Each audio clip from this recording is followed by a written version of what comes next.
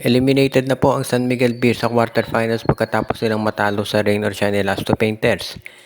Walang nagawa ang depensa ng San Miguel dito sa mga 3-point shooting ng ROS, partikular na si Andre Caracot at si Kaylan Tiongson.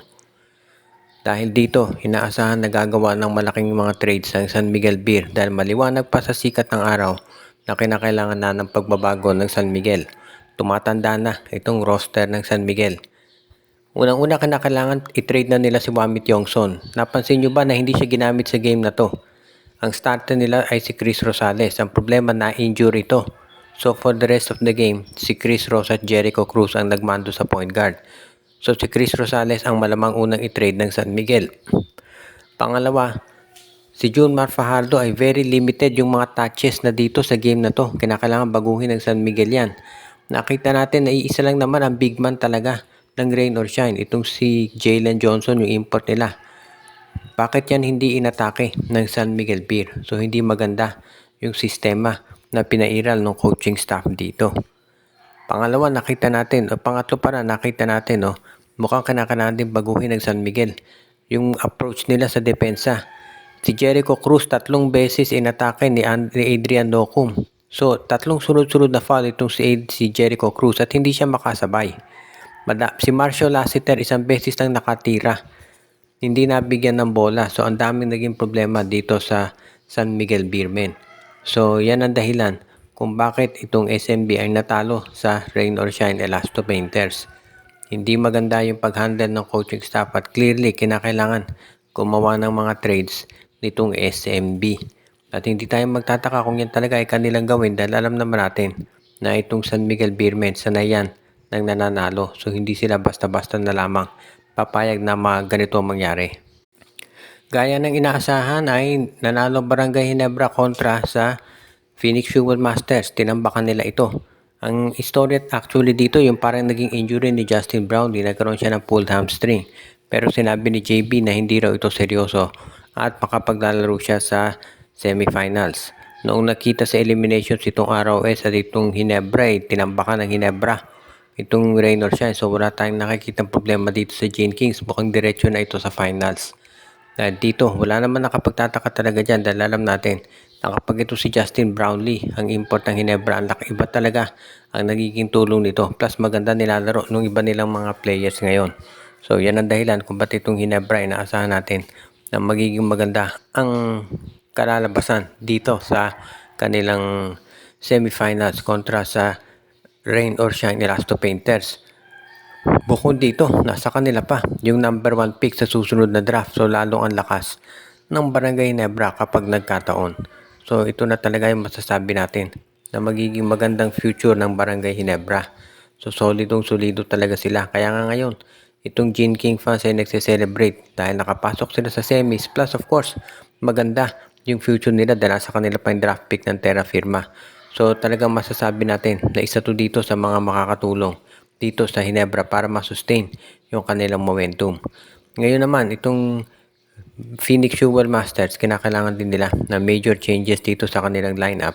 Kaya naman hindi ako magtataka kung talagang magkakaroon ng pagbabago dito sa kanilang roster. Dahil syempre yung mga injuries nakasakit yan sa Phoenix talaga, no? Pero bukod dyan, meron pa silang mga trade siguro na kinakailangan gawin para maging mas malakas at mas maganda yung kalalabasan ng kanilang roster sa kasalukuyan. Kaya yan ay yung pwedeng gawin talaga ng Phoenix. Samantala naman, itong si Robert Bolick ay halos sigurado na magiging best player of the conference, pero baka mahigpit siyang makakalaban dyan si RJ Abarrientos. Kung mananalo ang NLEX kontra TNT at makapasok sa semis, malamang si Bolick na magiging best player of the conference. Pero kung matalo sila dyan, sigurado ito na si RJ Abarrientos. Dahil ang Ginebra sigurado ng pasok sa semifinals. Kaya sa tingin ko maganda to para sa Gene Kings talaga. Kaya nga ngayon, itong si RJ Abarrientos, mukhang lock na yan na maging best player. Of course, kung makagawa ng panalo, ito si Robert Bolick sa TNT, siya magiging BPC sigurado. At dahil dito marami nagtatanong kung ito nga bang pagiging BPC ni Robert Bolick ay senyalis na ito aalis na dito sa NLEX pagkatapos ng conference na to. Well, depende yan kung ano magiging performance ng NLEX. Kung ma-eliminate pa sila kontra TNT kahit may twice to beat, sa tingin ko baka nga umalis na yan. Dahil syempre kung ikaw naman, itong NLEX Road Warriors, gagawin mo ang lahat para masiguro na makapasok ka sa semis. Dahil kung hindi ka makakapasok sa semis, sa malaking problema yan. Kaya nga ngayon, mukhang ito talaga ang magiging biggest change para dito sa lineup nitong NLEX Road Warriors. Yung posibleng pagkawala ni Robert Boli kung matalo sila sa TNT. Kung sa bagay, itong TNT naman inaasahan talaga na mananalo kontra NLEX. At kung yan ay mangyari, huwag na tayong magulat kung itong si Robert Bolick talaga ay umalis na sa nasabing koponan. Kahit nandyan pa itong si Candy Lane at si Shawnee Winston. Kung sa bagay, hindi naman nakapagtataka na itong TNT talaga yung lineup niya na kayang talunan itong Road Warriors. Umpisa pa lamang talaga sinabi naman na Llamado talaga itong Phoenix View, itong TNT kontra dito sa NLEX dahil syempre nasa kanila si Bol Bol. At ang huli nating report ngayon ay baka may bagong PBA team na papasok, pero syempre magdadaan pa rin yan dito sa approval ng PBA. Ito raw Chooks to Go, interesado pa rin sumali dito sa liga at maraming mga teams daw to na tinitignan na pwedeng bilhin. Yun nga lang, as much as possible kasi ang gusto ng PBA ay itong Chooks to Go magtayo ng sarili nilang team. Kasi ang gusto ng PBA, dumami yung mga team sa liga. Ang problema naman, hindi nila magagawa yan kung yung mga teams na papasok ay magkakaroon ng matinding desisyon na sila ay bibili na lang ng koponan. Kasi ito naman mga bagong team, syempre gusto nang bumili ng koponan dahil mas madali na yon kaysa magtayo ka from scratch. Dahil kung magtatayo ka ng sarili mong koponan, saan ka pa kukuha ng mga players? Kasi kung ang gagawin ng PBA, yung Protect 8 nila, di puro mga bench players yung makukuha ng bagong team. On the other hand, kung bibili ka ng team katulad ng Titan Ultra, Blackwater, Terra Firma, meron ka ng mga players at draft picks na available. At yan ang dahilan kung bakit nahihirapan ng PBA talaga na mag-expand. Dahil yung mga bagong teams na papasok, ang gusto nila syempre, abay meron na sila na sariling koponan na bibili na lamang para mas madali sila makabaging competitive. Kaya nga itong Chooks to Go, if ever sasali sa PBA, kinakailangan ma-resolve ba muna yung issue kung sila ay bibili ng sariling team o kung sila ay bubuo.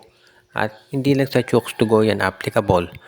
Kung hindi, maski na sa lahat ng mga teams ngayon, dito sa PBA lahat ng kumpanya na gustong sumali. At yan naman talaga yung iniintay ng marami.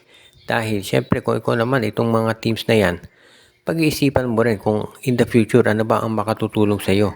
Kung yung bang pagbuo ng sariling team o yung bibili ka na lamang na existing franchise. Binabati natin yung ating mga taga-subaybay na sila Jonel Alagon, Anthony Alon, Romeo Conchada, Jervin Cris, Judy Villarosa, Monde Guzman, Katsakino Dokusin, Malyari Mascareñas, Dexter Domer, si Ireneo Salangsang, at ang iba pa, pati na sila Joshua Giray, Espejo at Rosales Family at Dexter Domer.